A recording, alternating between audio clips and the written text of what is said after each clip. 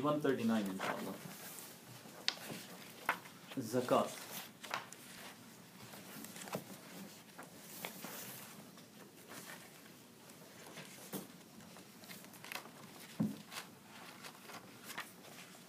Zakat is defined as the transfer of ownership, tamlik, of a portion of wealth specified by the lawgiver to a particular person with its intention.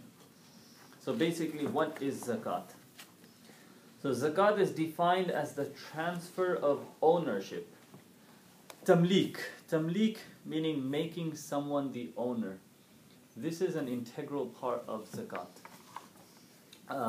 When giving zakat, you have to make someone the owner. Continuing, of a portion.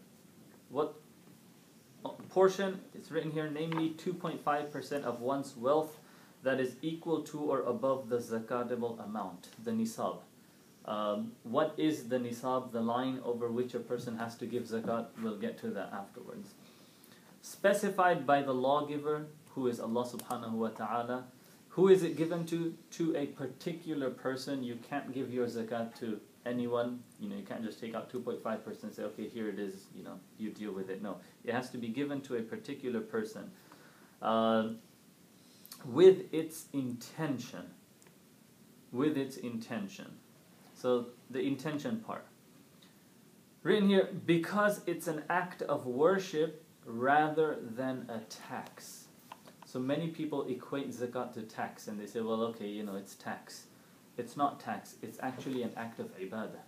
A person is actually rewarded by Allah subhanahu wa ta'ala, hence intention is needed. Remember, intention is something that defines a regular act from an act of ibadah. For example, you take, you're feeling really hot, you go and wash yourself, throw water on your face, hands and feet. You do it because it's hot, it doesn't become an act of ibadah. You do it with the intention of wudu, you get rewarded for it. Anything, if it's done with the intention, you get rewarded for it. If it's not done with an intention, there's no reward for it. So zakat is not valid without its intention. When is the intention? The intention should be present either A, when one pays it to the recipient. So for example, if I give zakat to person A, when I'm giving the money, I should make the intention that I'm giving zakat. B, when one gives it to one's agent appointed to pay it on one's behalf. For example, if you give it to a charity or you give it to a third person, you give it to that person, they deal with it afterwards. They might give the zakat next month, after 2 months, after 6 months. But when you give it to that person, you make the intention of zakat. Or C, when one sets it aside to be paid as zakat in the future. For example, let's say someone has to pay £1,000 zakat. So what they do is they take that £1,000 and they just put it on the side. And they decide that, as there's a need throughout the year, I'll keep giving money from this. Because sometimes, you might get a call from a friend saying, oh, so-and-so needs some help, or, I'm doing this for a good cause, donate whatever. And so if you've set it aside, you can take money from that and just give it. But if you've made the intention at the time of setting it aside, then when you give it, you don't necessarily have to make the intention every single time. As long as, you took the money, you set it aside and said, okay, that's zakat. That's quick to that. So if your zakat was due now, yes, as long as you put that aside, it's fine. That's fine. So That's you can fine. pay it slowly across the year. You can pay it slowly across the year. Yeah. So for example, let's say someone has to pay £1,000 zakat. Now there's two ways of doing this. You actually physically take the £1,000 and put it on the side. Or the second way of doing it is you just calculate it and say, okay, I've got to give £1,000.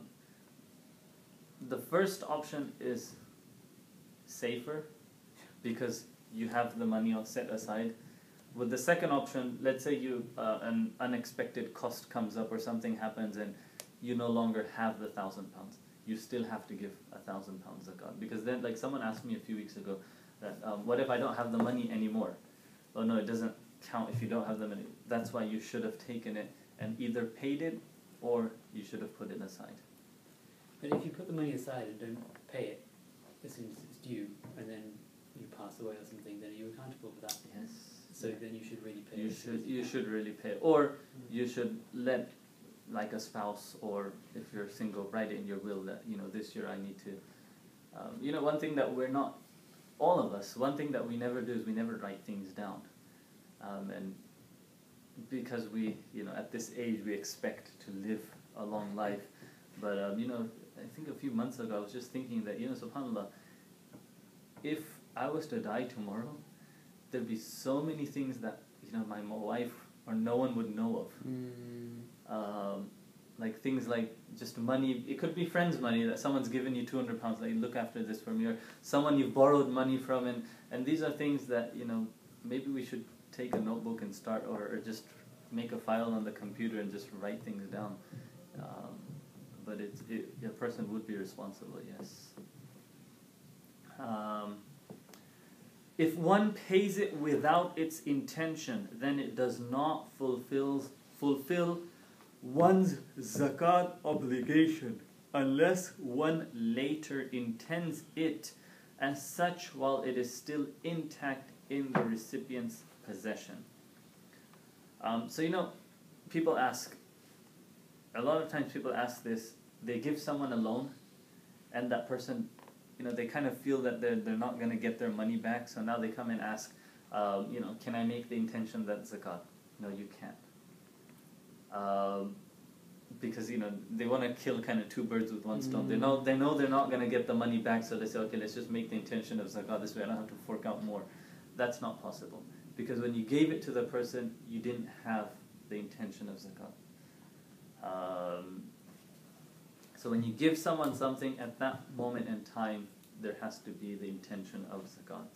A question on that. Sorry, yes. It's nice to do zakat, but if you lend someone some money, yes, and time passes, and then you think, okay, actually, I don't want them to pay me back. I'll waive, because I think there's a line in the Quran that says if you waive it, it's better for you. But that's as a form of charity. That's just a form of goodwill. Of goodwill. A goodwill gesture. Okay. And remembering that you will be rewarded by Allah subhanahu wa ta'ala. There's that's definitely a reward by Allah subhanahu wa ta'ala. Sorry, just going back on that. If you lend someone money and you don't think you're going to get it back, can you take that away from when you're calculating zakat? Just think, okay, I don't. Okay, so that's a good question. It's coming up further. Let's say, for example, you lend someone £5,000 for a period of 5 years. Now, next year, let's say Ramadan came, it's time for you to calculate your zakat. There's two options that you have. The first option is, remember, ultimately you do have to pay zakat on that money. But the first option is you think that money is yours and you continue paying £125 on the 5,000. Remember, it's £25 on 1,000. So you pay £125 thinking that the money is yours, and you do it every single year. The second option that a person has is not to pay zakat on that 5,000, but when you receive it, pay zakat on all the previous years. Okay. So you could do that. You could do that, but there's pros in that and there's cons in that as well. Both ones. Like, for example, if you pay zakat on the 5,000 every year, thinking you're going to get it back, if you don't get it back, you've basically paid zakat for no reason. But that's not how it should be said. Because always remember, with us, it's not numbers. It's always about the belief in Allah subhanahu wa ta'ala and Allah placing barakah in our wealth, not necessarily increasing by numbers. With the second option, what happens is, let's say you don't pay zakat on the 5,000. If the person doesn't give it back to you, that's fine. You forgive them, you don't have to pay zakat. It's not like you've paid any extra zakat. But if they give you your 5,000 back after 5 years, then if you pay zakat on it for 5 years, it'll take away a good chunk of your money. So when you get your money back, you're not going to necessarily have 5,000. Let's say for the first year you take away £125. For the second year it'll be whatever, zakat on 4,875, so it'll be maybe 120 something pounds. And then the third year, fourth year, fifth year. So by the time you pay zakat, you'll have like 4,200 2, 3, 400 left, you won't have your full 5,000 in hand. But you do have the option of paying, either withholding it or paying it. So it's up to you. So if you've lent money to someone, and say it was several years ago, and you didn't calculate the zakat for that. Yeah, when you get it back, you have to calculate it. Oh, when you get it back, not while it's with them. No. Okay. So the first option is you pay it as if you've still got it. Right. Okay. And the second option is you pay it when you get it. So when it comes back, then you can. The only thing I was going to That's say to fine. that was, say you were to get it back 10 years later, something ridiculous like that, and you think, well, if I actually got it back then, I would have spent it on paying bills and whatnot, and so therefore, I would have to. It would have been used up. We were used up. And Yeah, now that's just for 10 years of investment waste. Yeah, I mean inflation as well. If you invested it somewhere else, you would have had more money. Yeah. But that's just something. Yeah. Remember that for that 10 years, for helping another Muslim, Allah subhanahu wa ta'ala is rewarding you as well. So definitely the way we should think of it is, there must have been some calamities that Allah subhanahu wa ta'ala diverted, some extra costs which could have happened that Allah subhanahu wa ta'ala diverted. I think I was talking to someone a few days ago that it's, we never counter those factors. For example, a car accident could end up costing, 500, 1,000, more than that as well. And that's where, the concept of barakah comes in. We don't see that, but it's all there. Like for example, a child falling sick, a child, something happening to friends and family. Not only would that be a cost, you might have to take extra days off work for which you wouldn't get paid. So it all adds up. And those are things which we believe that Allah subhanahu wa ta'ala diverts because of our good actions. So with its intention. Okay, the other thing here. The recipient does not have to know that it is one's zakat payment. So when you give zakat to someone, as long as the person is eligible to receive zakat, they don't have to know that it's your zakat. One may, for example, call it a gift or loan while paying it to the recipient, all the while intending to fulfill the zakat obligation and then later forgive the loan. So if you give it to someone as a gift, it's okay. If you give it to someone and call it a loan, then remember to yourself, it's not really a loan. You're just saying that so that they accept it. For example, back home, you find two types of people. There are some people, like even the Quran, fuqara and masakin, in some of the tafsirs you find the difference. Some people who, you can clearly tell that they're needy and they need money. Like for example, people who actually come and ask. And then there'll be another group of people, like the lower middle class or whatever, who won't ask people, or their honor, their izzah won't allow them to go and ask another person, but that they're really desperately in need, but they're not of the category who'll just go and open it. Because the people who ask, they'll ask and they'll get their money and they'll live comfortably. But it's this second category who won't necessarily ask, and that they're in need. And if you were to actually give them and say that this is zakat, they wouldn't accept it. So you could give it to them and just say, this is a hadiyah, it's a gift, just take it. So you make the intention that it's zakat, but you don't have to tell them that it's zakat. Okay.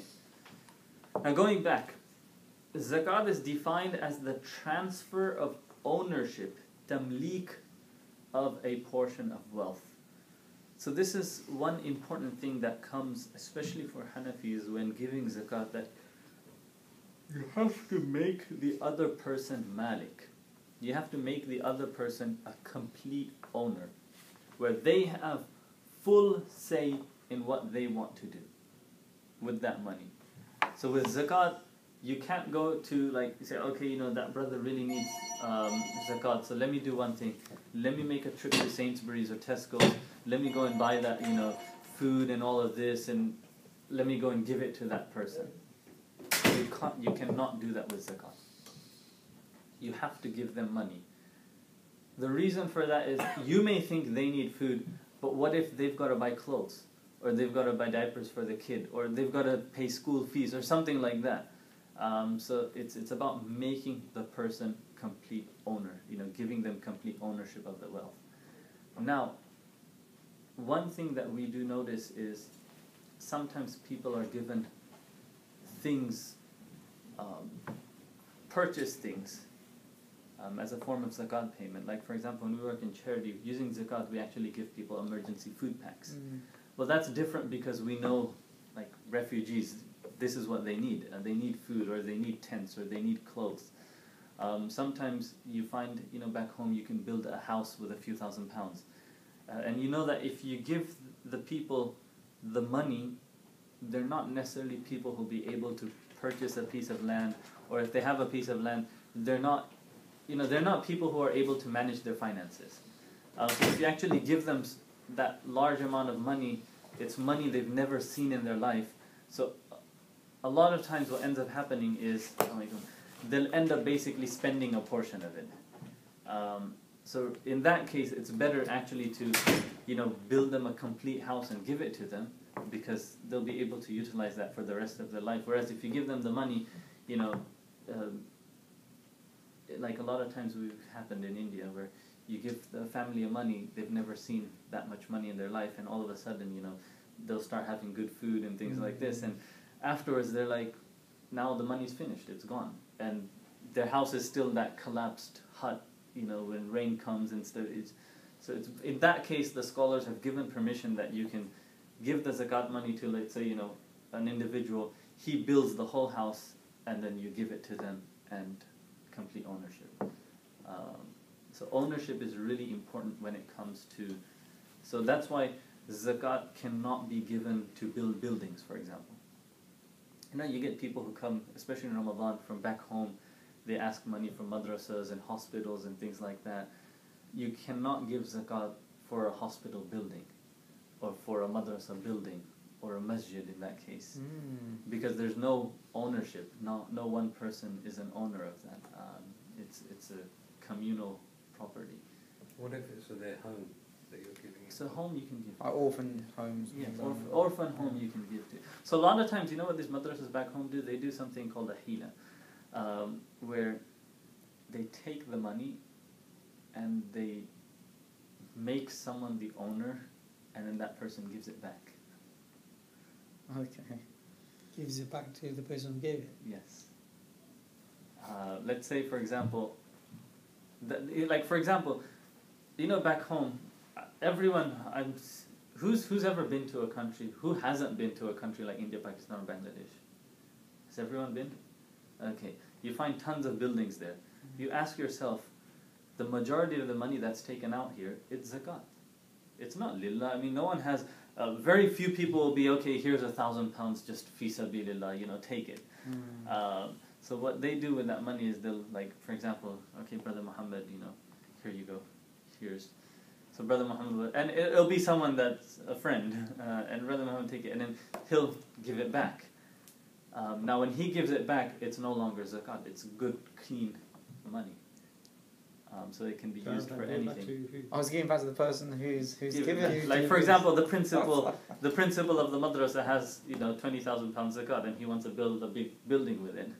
So he'll give it to Brother Muhammad. Here's your money. So they've extinguished the ownership. So when I gave it, it was zakat. Right. When he gave it back, it was sadaqah. Oh, so you have to give it to the actual who is eligible. Someone who is eligible, yes. Okay. But you see, Brother Muhammad could turn around and say, that's it, I'm not giving it back.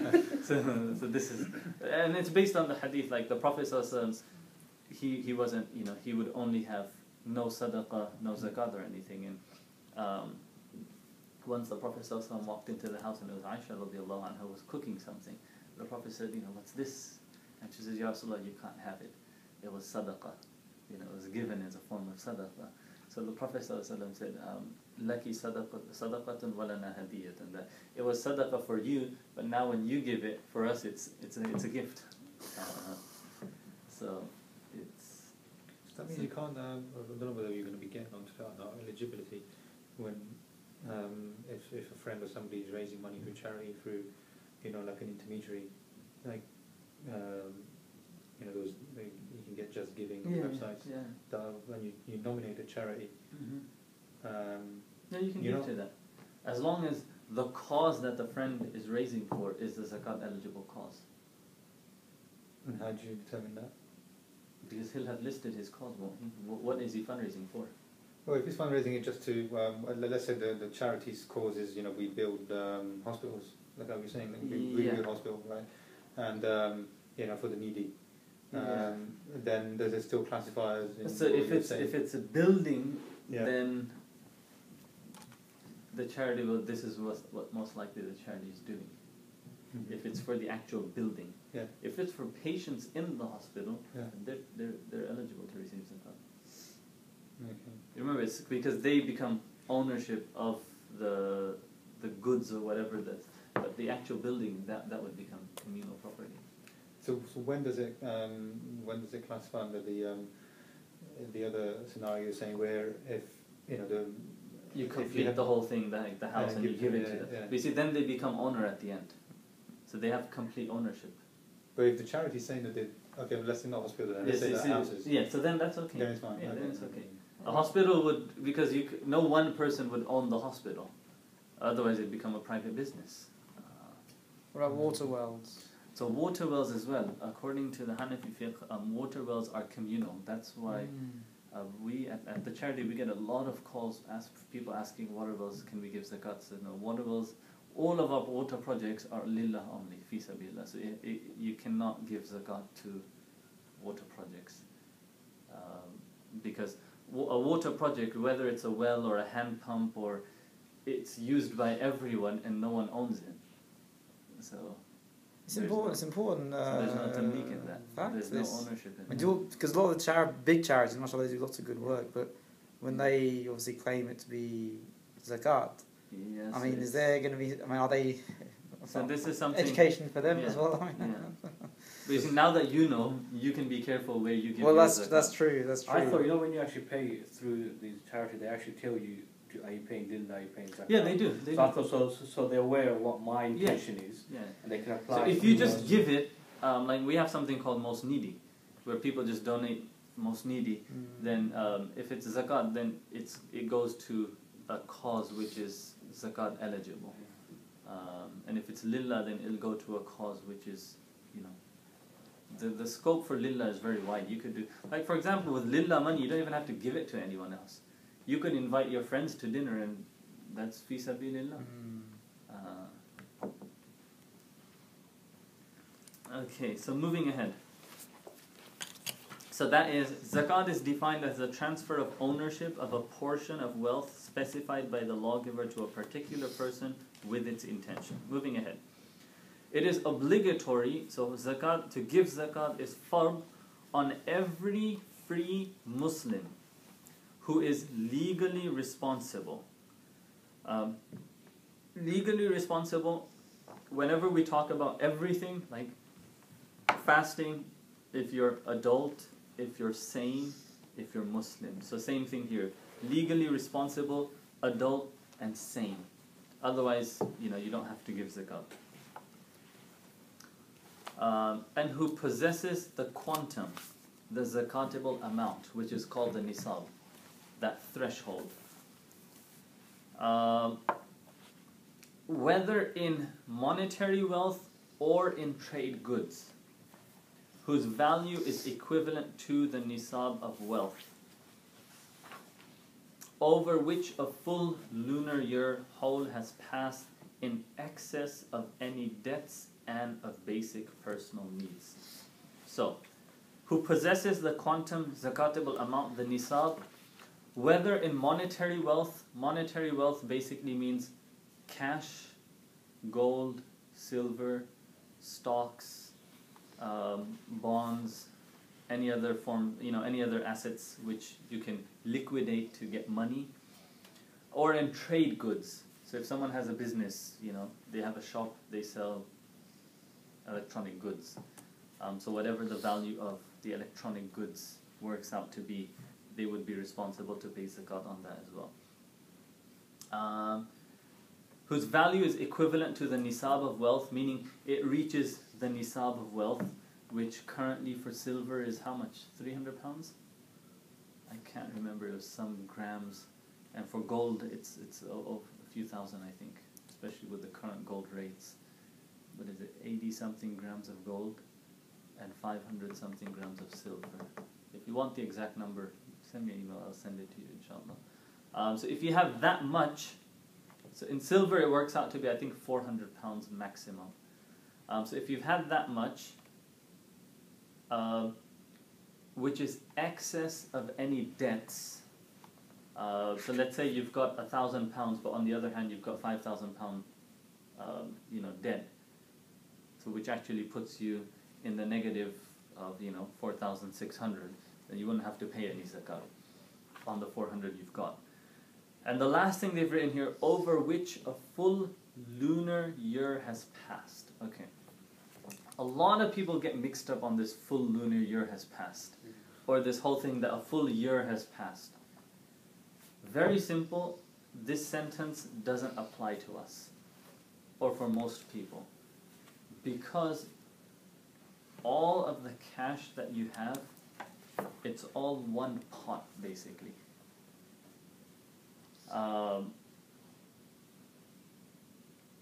One pot in the sense that, for example, if you fill up petrol in your car right now, or let's say you stop at Sainsbury's or something on your way home, and when you pay, you have no clue of which money you're paying from. Like, if you pay right now, do you have any idea that I'm paying from, what month is it, August, I'm paying from July's salary, or from June's salary, or from May's salary, or from April's? No, you don't. It just all goes together. Over which a full lunar year has passed. Back in the day, at the time of the Prophet ﷺ, for trade goods, they would actually give their trade goods. For example, the nisab of camels, for example, that if you have this many camels, then you have to give one camel. If you have 30 sheep or 25 sheep, you have to give one sheep, or goat. If you have this many buffaloes, you have to give one. So that concept is then you needed to have those animals for one whole year. Then you would give one animal or two animals or five animals or so forth. In this day and age, that doesn't happen, because even if you have gold, you don't give your gold. You calculate it and give money. If you have trade goods, you don't give your trade goods. Like, for example, it's not like one iPad for every 10 iPads that you have or something. You just calculate whatever goods you've got. Okay, I've got £50,000 worth of inventory, minus I still have to, nowadays no one owns their, it's all on debt, you still have to pay the people back, but you say, okay, I still have to pay £40,000 back, that means I've got 10,000, so on the 10,000 you just pay cash. So in that sense, in this day and age, you just calculate everything on the day that you pay or you calculate your zakat. So if it's the 1st of Ramadan, on the 1st of Ramadan you just sit down, how much cash do you have in your pocket, in your house, in your savings account, in your current account, gold, everything, just pull it together, 2.5, if you have any debts, deduct any debts, and 2.5% of that, and that's your zakat number. So to pay zakat is actually very, very simple. It does get a little bit tricky if you have stocks, but I don't think many people would deal with stocks here or something, yeah. But even with stocks, the best thing is just whatever the market value is for that day, you just give. Now, then certain things come in like, okay, if I were to cash the stocks, then there would be a penalty or whatever, then you're allowed to deduct that amount. Do people have 401ks here, like pension schemes? Yeah, there are pensions. Where the company, like you pay a certain percentage and the company pays. Pension funds, aren't they? Pension funds, yeah. I'm not talking about, do people have private pension? Like, what do they do at HSBC for pension? So there's a contribution where if you pay a certain amount, the company Pays a certain amount, yeah, okay. But where is that money pooled? It's in a fund. And what happens when you leave HSBC? For example, let's That say... goes with you. Okay, so it's private. Like they'll put it in, Provident and these huge companies, yeah.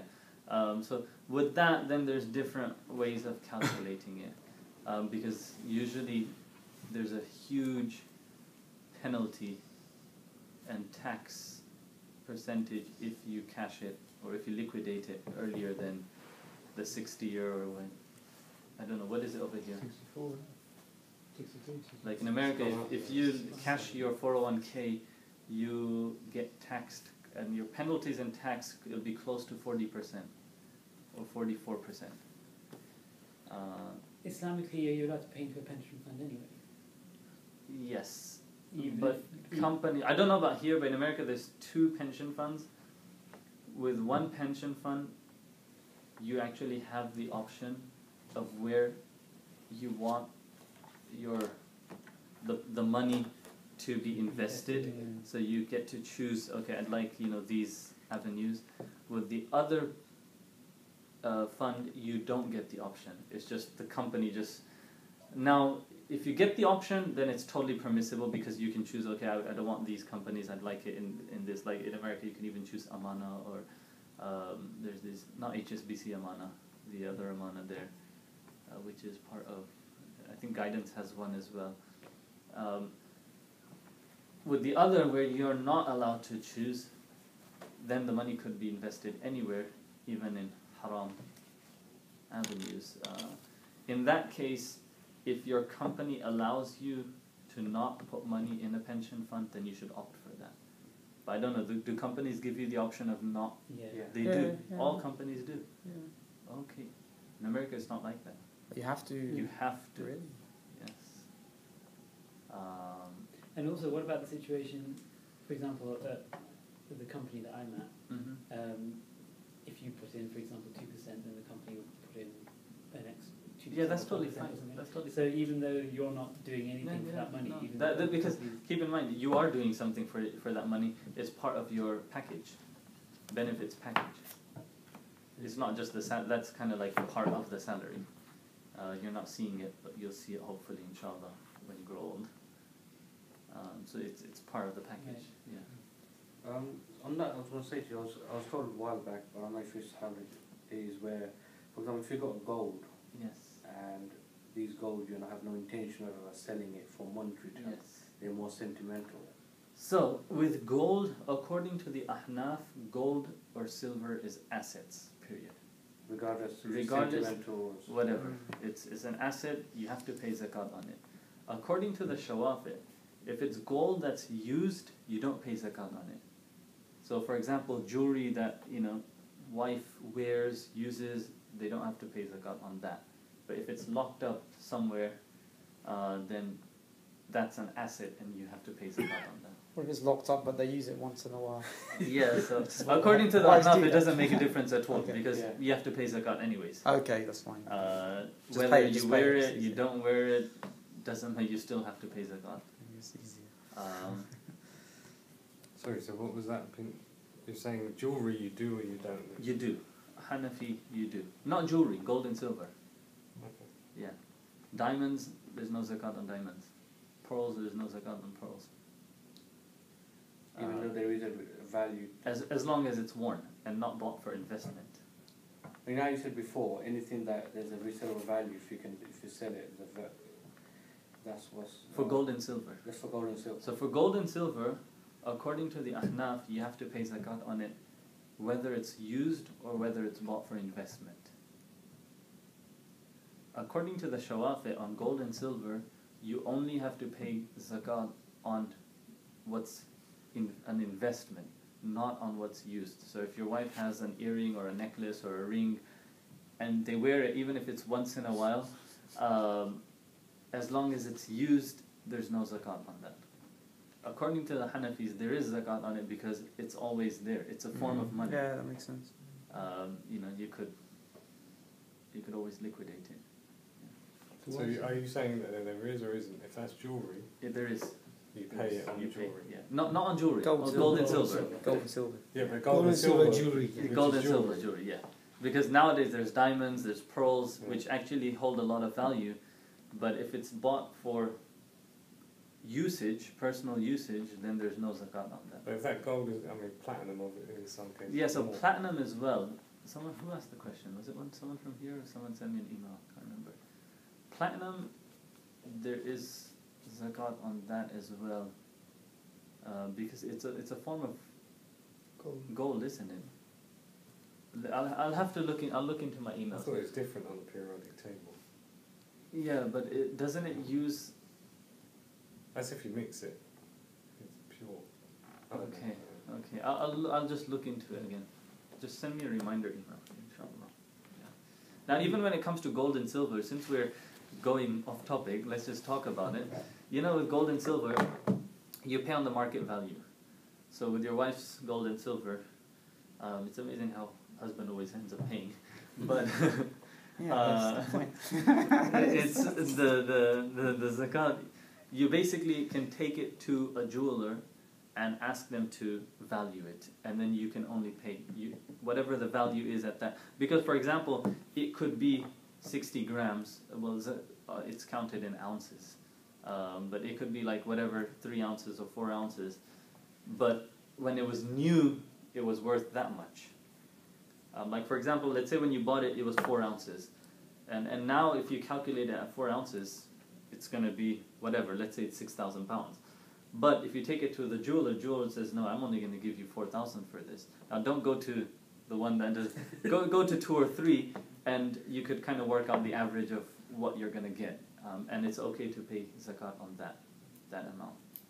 The other thing when it comes to jewelry is there's something called, it's carats. Like, you get 12 carat, 9 carat, 12, 18. Like, for example, most Indo-Pak people, why is it that they love jewelry from Dubai and the Middle Eastern? It's because the carat is very high as compared to India, Pakistan, Bangladesh. Over there, the gold percentage is low. Anything over 12 carat is counted as full gold. So you have to pay zakat on the whole thing. Now let me explain myself a little bit more clearly, otherwise it's not going to make sense. Let's say someone has a necklace that's 18 carat and it weighs 1 ounce. It weighs 1 ounce, it's 18 carat. Now, if you were to just take the weight into consideration, so number one, anything over 12 carat, you have to pay zakat on it. So, now you do have to pay zakat on it. It's 1 ounce.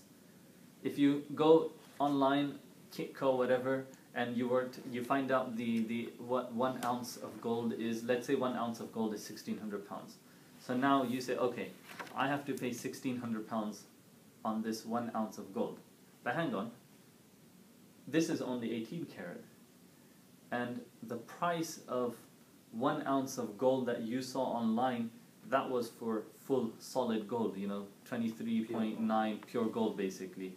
So if you want, you don't have to pay the pure gold for the 18 carat. You can pay how much 18 carat gold is worth.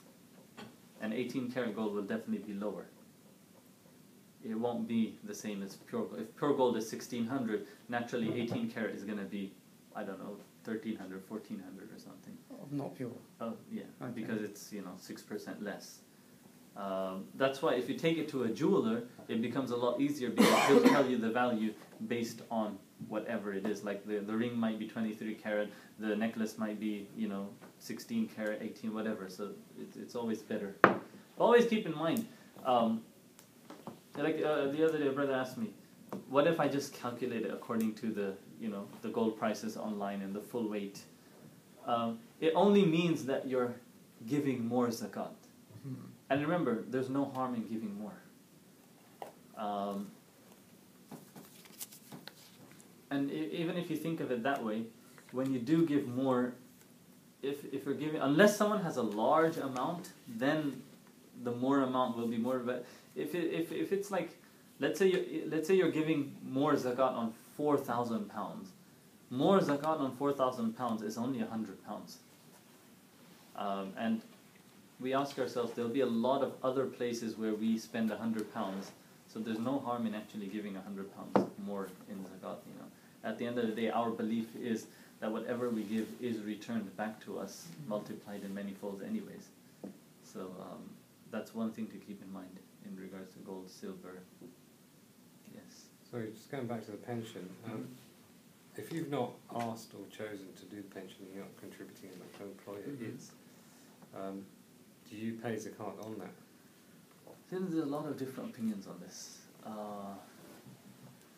Every pension fund is separate. Like, one opinion is that if you can't cash it, the money's not yours. So then, when you do get it at the end, you just pay zakat on that one lump sum. One opinion is that you pay zakat on the amount that you would get cash in hand if you were to cash it, minus the 40% penalty and tax. One opinion is that you only pay on the portion that you're giving. So at the end of the year, if you've put, let's say, £3,000 inside or £2,000 inside, then you only pay zakat on the £2,000 because you haven't asked the company to put it in. So there's a lot of different opinions, and to be honest with you, I can't just give one. Everyone is different. But it'd be good if you explain it to someone what your pension fund is and get an answer for that. Okay. Now, nisab. Going back the page before. Nisab is of two types.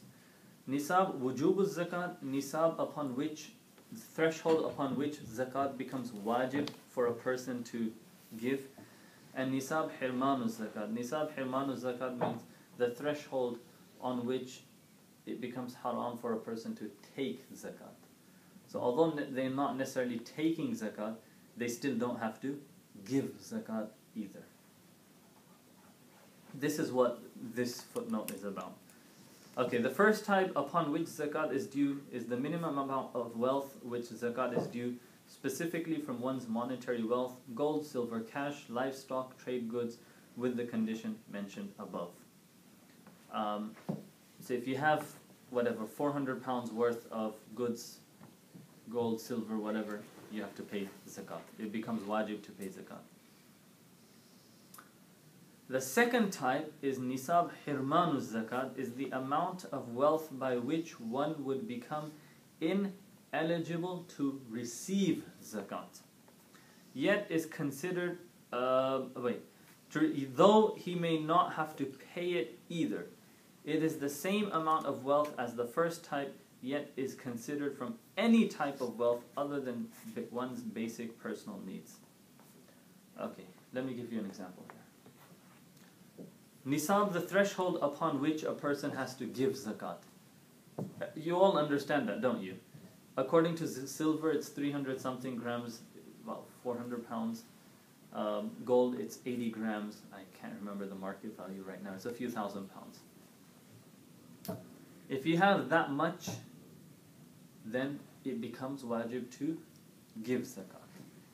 But this is only, you don't include your house value in that. You don't include your car. You could have 2 or 3 cars. Doesn't matter. You could have 10 suits. They could be Gucci's and Armani's or huge Boss or whatever. They could each be worth 200, 300 pounds. It doesn't matter. You don't count that in your money. Whatever you use inside your house, your plasma, your LED, whatever, it's not counted. It's all personal usage. Even though your personal usage items could be worth hundreds and thousands. It's not, zakat is not due on that. Let me do this example, okay. So, let's say you calculate your money and it's over the nisab threshold, so now you pay zakat, okay, that's fine. The second thing is, if it's below the nisab threshold, then you're eligible to receive zakat, okay. That makes sense, doesn't it? Let's say we put the threshold at 400 pounds. Okay, the other thing is, when using the threshold, it's better to use the silver threshold because it's lower. So more people end up taking out zakat. If you use the gold threshold, it's quite high. So when giving zakat, you should use the silver threshold because it's more beneficial to the Muslim community. When giving zakat to a person, use the gold threshold for them, because then it's more, the chances of them being eligible to receive zakat is higher. Ah, yeah, okay, that's what you're saying. Because you turn around and think to yourself, even your cousins in India, Pakistan, Bangladesh have about 400 pounds. Nowadays, they all have, they all have good money. So if you use the gold nisab, then it takes it into a few 100,000, so they still become eligible to receive zakat.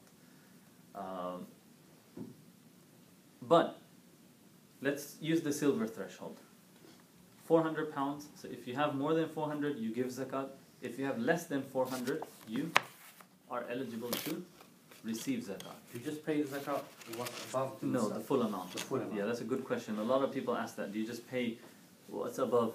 And the second question people ask is, do you just pay on the difference from last year? No, you don't pay on the difference from last year. You pay on the full amount every single year. Now, the thing that they mentioned here is nisab hirmanu zakat. They made another threshold on which, like for example, let's say you have less than 400 pounds. Do you have to give zakat? No. Are you eligible to receive zakat? Yeah. Okay. But they say that, what if, for example, you have a car that's worth 5,000 pounds outside your house? It's like, So you've got less than 400 pounds, but you've got a car that's more than 5,000 pounds. If you were to sell the car, even if you were to get 4,000, then you wouldn't be eligible to receive zakat. So they're saying that for people who are eligible to receive zakat, then they should take the value of their goods in consideration as well. The house as well, or just perishable goods? Just goods. So they've written here an extra piece of land. Like for example, back home people have land back home, and it's worth a lot of money nowadays. like a second property. A second property, yes. So although they don't have much cash on hand, but they have a lot of assets. And this happens a lot back home. Like I had someone ask a question that, there was this lady, a widow, her husband passed away, she had a few kids. Remember, the reason why I'm mentioning cousins is it's always good to give zakat to cousins. You get an extra reward. But if they're eligible to receive zakat, not just because you're sitting here in the West and they expect you to send money back home. It's if you do have cousins who are eligible to receive zakat, it's good to give them zakat. You get double the reward. One for giving your zakat and one for taking care of a relative. So now this lady asked, she goes that, she's become a widow, I wish to give her zakat. But on the other hand, she's got assets which are worth millions, because her husband inherited, land, and land property prices have skyrocketed in the last 10 years or something. Well, now if she's got land that's just sitting there worth millions, then, she should invest that land or sell it and use the money and invest it somewhere else. Then, she would be able to take care of herself and her family and wouldn't have to take zakat. So this is just something that they've written, but this is not, the final note. So if someone does have land or property which is for personal use, but they still have less than the threshold, you can still give them zakat. So this is one opinion. If a person has more than one property. But one thing back home is, more than one property automatically makes the second property eligible. Yeah. So they have to pay on that value of that property. We'll get to that afterwards. Okay. If the whole property is for buying and selling, then they have to pay on the whole property value. If it's rented out, then they just pay on the rent. Or if it's intended, because people buy property, they rent out with the intention of probably selling it after a but period if you're of time. in the meantime, if you're renting it, then just to pay zakat on the rent. Oh, it's just on the rent It's just on the that rent. you've made for the year in that property? Yeah. Okay. So where does the gold eligibility come in then, you were saying? You're saying to receive, you should use gold, the gold stuff. Yeah. So when you give people zakat, you should use the gold threshold because it's much higher. For example, let's say even over here, if you give someone, you see someone that's eligible to receive zakat. Now, naturally, when you see someone, you don't go and ask them, "Akhi, are you eligible to receive zakat?" That's why the thing at the beginning that when you give someone zakat, you don't even have to tell them it's zakat. You could just say it's a gift.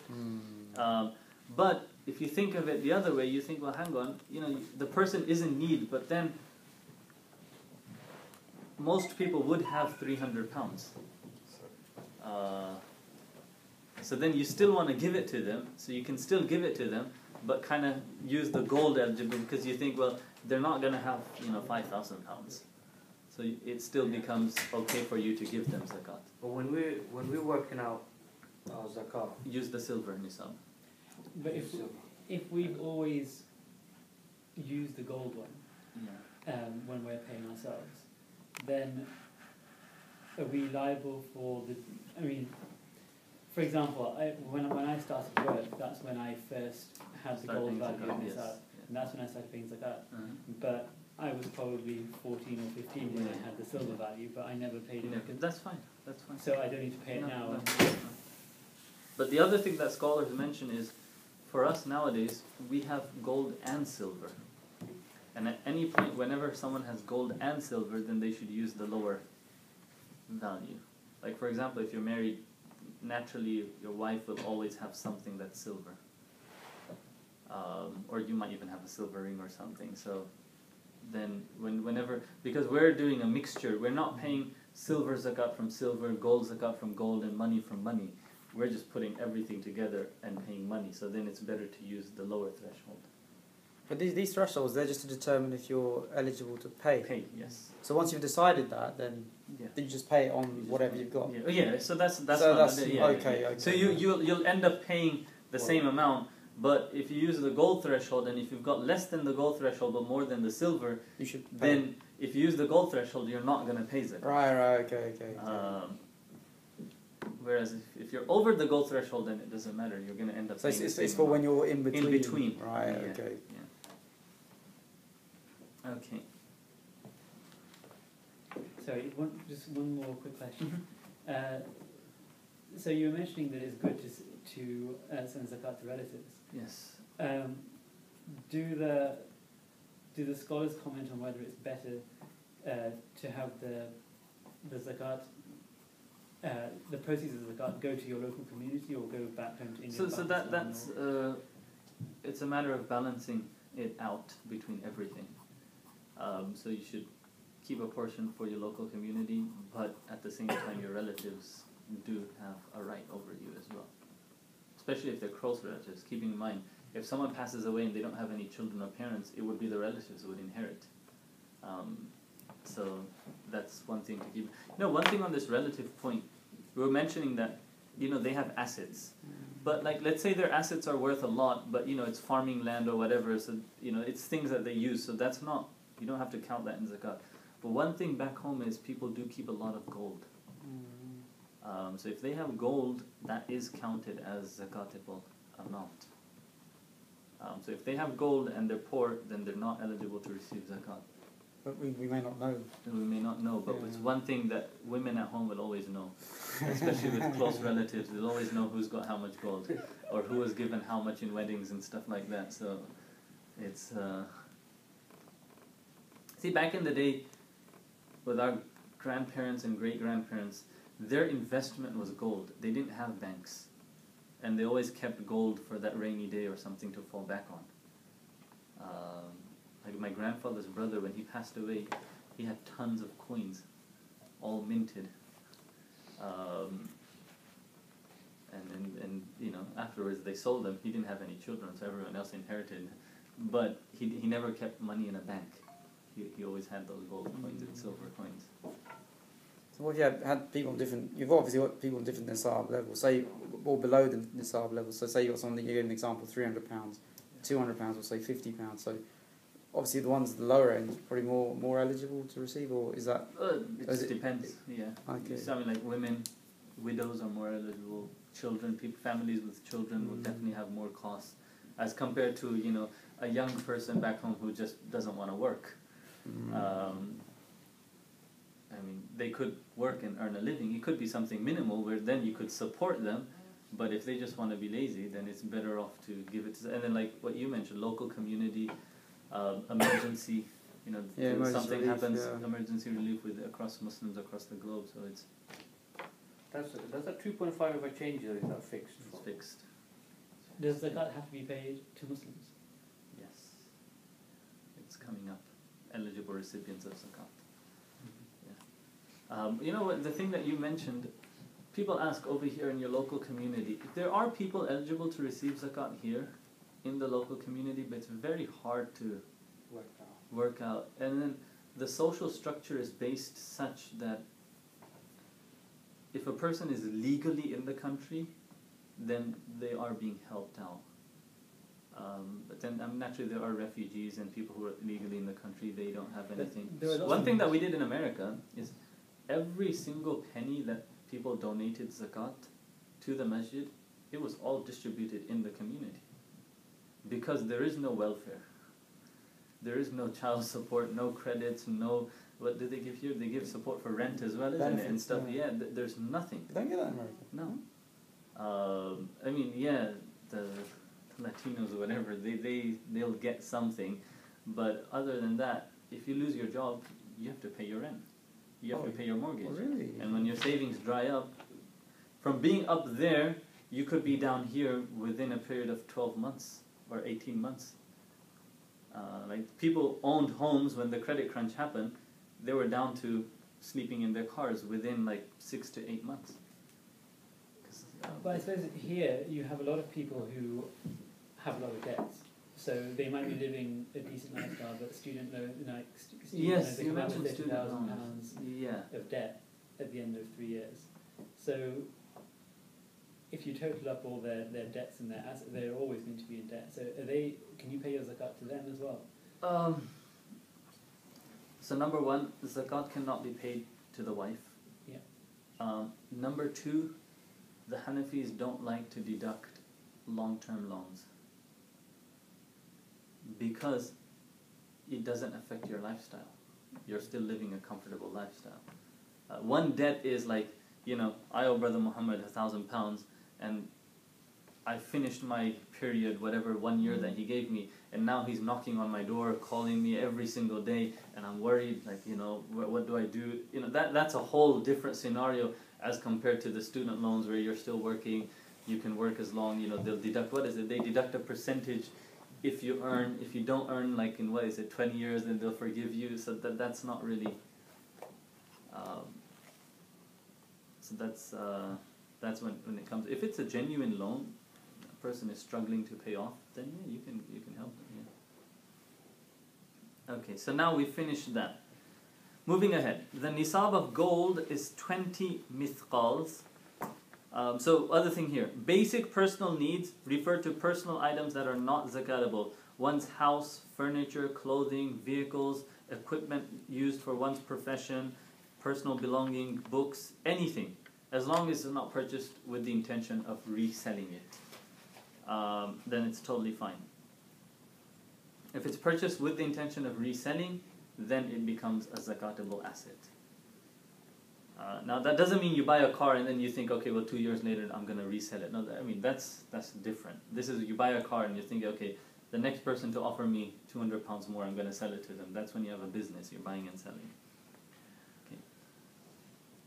The other thing, zakat is due on gold and silver in any form, whether it's minted coins, raw nuggets, jewelry, whether worn or not worn, contrary to other schools as we mentioned. Household decorative pieces, so if you have, you know, those things that you put on your fireplace and stuff and it's coated in coated in gold, you have to pay zakat on that as well. But naturally, gold or silver coated is very minimal, so that's why you should just give 10, 20 pounds, 50 pounds more, and it all gets counted in. Because, you know, there's a lot of jewelry that women have at home that's silver coated or gold coated, you know, those necklaces you get for 20, 30 quid. It's just coated, but so whatever you give, it's not like you can sit down and say, okay, what percentage of it is it, or so you just... There's always just give a bit more just to cover, yeah. You know, make sure you cover yourself. There is no zakat due, however, on precious stones such as rubies, diamonds, or emeralds, regardless of the value. unless they are one's trade goods. Okay, moving ahead. The nisab of gold is 20 mithqals. 1 mithqal is roughly equivalent to 4.37 grams. Therefore, the nisab, meaning the minimal zakatable amount, is approximately 87.48 grams of gold, or its equivalent monetary value. The nisab of silver is 200 dirhams, for which one pays 5 dirhams. For any amount above the nisab, if it increases to a fifth of the nisab, one pays its proportionate amount due, yet pays nothing if less than a fifth. That sentence is not for us, but I'll just explain it to you. What they're saying is you pay 1/5. So on 20 mithqals you would pay... No, sorry, for what pays half a mithqal. So on 20 you pay half, which is 1/40th, which is 2.5%. Half on 20 is 2.5% actually. You know, zakat, when you look at the hadith, the Prophet ﷺ never mentioned 2.5%. He always mentioned 1/40th. And 1/40th is 2.5%. What they're saying here is on 20 you pay half. How much do you pay on 21? How much do you pay on 22 gold mithqals? You don't pay anything on 22. You would only pay the half. When it goes up to 1/5, which is 24, then you would add another half. Or you would add whatever is equivalent to that. Not half, but whatever is. Like for example, let's explain it in the silver. Silver is 200 dirhams. So if you have 200 dirhams, you pay 5 dirhams. 2.5%, which is 5 dirhams. Now what they're saying is, if you have more than 200, you only pay the amount of 200 on 210 as well, 220, 230, until it goes to 240. When it goes to 240, then you pay 6. When it goes to 280, you pay 7, 320, 8, 360, 9, and 410. The in-between amounts you don't pay zakat on. But this is only for them because they used to work out their zakat on the exact coin itself. For us, it's very easy. You just work it out on a calculator, and it doesn't matter what amount is, you get the exact total, and you just pay zakat on that. So that's why this sentence doesn't apply to us. It's like, you know, for animals, if you have like, I think it was 25 animals or whatever, you give 1 animal. If you have 26, what are you going to do? It's okay, 1 animal and let me cut the ear off the other animal, or let me cut the leg off. No, it's still 1. 28, 1, 29, 1, 31, 41, until you get to the next threshold amount. Then it becomes 2. And then after that, it's still 2, 2, 2, until you get to the next threshold, then it becomes 3. But that doesn't apply to us. Okay, quickly. The value of trade goods is combined with one's gold and silver, both of which are also added together by value. Very easy. A trade good refers to any non-monetary item purchased with the intention at the time of purchase of reselling. If one does not intend resale at the time of purchase, then the item is not deemed a trade good with regard to zakat and hence not zakatable. So for example, let's say you bought an iPad. And you just bought it, personal use, whatever, to give to someone. And then, you know, it just sits at home a month, 2 months later, you realize, hang on, you know, someone else gave you one or whatever. And at that point, you decide to sell it off again. Within that 2 months, if it was your time to pay zakat, you don't pay zakat on the iPad. Or after you sold it, you say, well, hang on, now that I've sold it, should I pay zakat on this whatever 300, 400 pound that I've earned? No. Because when you bought it, you didn't buy it with the intention of reselling. It just so happened that you didn't want it and you sold it. So that's totally fine. Is zakat when you pay it, you have to calculate just on like one day, you don't... No, just that one day. It's just the one day. Just the one day, yes. The other thing they've written here, Like for example, if later after the purchase he intends resale, or even if it was purchased for personal use, yet with the intention that if later he found a good deal he would sell it, zakat is not due on the item. Rather, once he actually sells the item, zakat will be owed on the money collected from the sale. So you don't have to worry about all of this. Is that the profit from the sale? From the profit from the sale. That's if you think of it later. But remember, one thing to keep in mind is this is for us, all of the money is just pooled in your savings account anyways. So you just pay on the savings or the check or whatever current account at the end of the year. So you don't have to worry about this. Now remember with trade goods as well, if someone has a shop and there's goods inside worth 80,000, 90,000 pounds, I mean, you have an electronic shop, it'd be worth more than that. Remember, that doesn't necessarily mean that you own all of it good, free and clean. You have to pay your suppliers anyways. It's most likely that you haven't paid the invoices yet. So what you do is you say, okay, I've got goods worth 90,000, but you total up your invoices that you owe, and if you owe, let's say 70,000, then you only pay zakat on the 20,000. So basically pay zakat on your profit, really, not on the profit, on what you own. Yeah. So if you own a car lot, say as an example. Yeah. For example, you own a car lot. Let's say there's cars in the lot, all worth 10,000 pounds, but you still owe the auction or wherever you bought it from. So you're allowed to deduct that amount, unless you own them with your own good, clean money outright. Then you pay zakat on everything. On all of it. On all of it, yes. Okay. The zakat of livestock, camels, cattle, sheep, and goats is based on a quantum allocated for them. It's not relevant here. So that's it. People eligible to receive zakat: a faqir, possessing less than the nisab, whether by actual gold or silver or by valued goods, even if he is healthy and earning a living. So just because someone's healthy or earning a living, it doesn't mean, oh, they're not eligible to receive zakat, because they could be receiving nominal pay or something. So it's the basis for this is إنما الصدقات للفقراء والمساكين والعاملين عليها والمؤلفة. This that verse in Surah Tawbah with the 8 recipients of zakat, which they're basically going through here. So it's written here: charities for the indigent, the poor, workers who collect it, those whose hearts are to be reconciled, slaves working to free themselves, people in debt in the way of Allah, and wayfarers. Okay, no person aside from this is eligible to receive the zakat. Okay, by scholarly consensus, the categories those whose hearts are to be reconciled is no longer applicable to zakat. At the time of the Prophet ﷺ, those people who were kind of showing interest in Islam, the Prophet ﷺ would give them from zakat, because then they'd see Islam as a social religion, very hospitable. It takes care of its people, so they would receive money. So nowadays you cannot do that. Say, okay, let me go and give some money to my neighbor. That form of da'wah. No, the scholars have said that it was only for that. The other thing here is وَالْعَامِلِينَ عَلَيْهَا, those who work.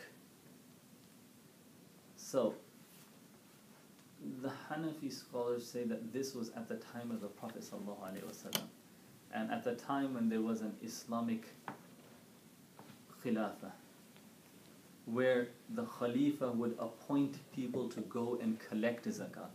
So naturally their salaries could be taken from the zakat. In this day and age, if you don't pay zakat, if I don't pay zakat, no one knows. It's between me and Allah. It's between you and Allah. It's between all of us and Allah. There's no mandated, authority above us that's saying, okay, take out your zakat. Hence, people cannot take zakat as a form of salary from charities as well. So for charities as well, anything, they shouldn't take zakat as a form of to pay off their expenses or to pay. So using this verse, although a lot of people do it, they shouldn't do it using this verse. Either do 100% donations policy or take it from the sadaqah or the lillah, because that has scope, not the zakat.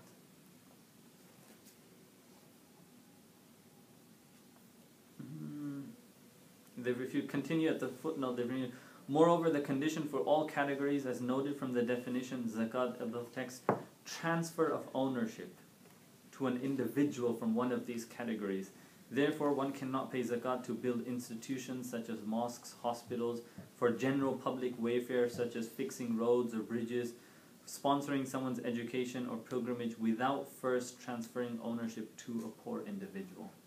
So although, education is permissible, but the way it's done is that, the ownership is given to them, and then the school or university basically takes care of it. Okay, so that is basically it. A faqir, someone who possesses less than the nisab, whether it's gold, silver, even though they're healthy and earning a living. Number 2, a poor person, one who has no wealth at all. You can clearly look at them and know, for example, beggars. You know that they don't have any money. They might do, actually. You see Slumdog Millionaire and then you get different ideas.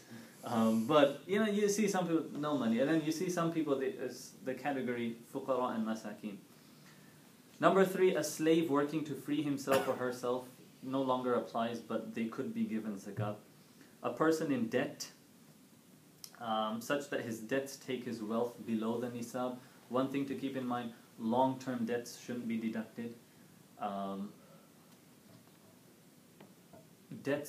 Loans which are interest-based shouldn't be deducted either, because interest in itself is something which is a sin.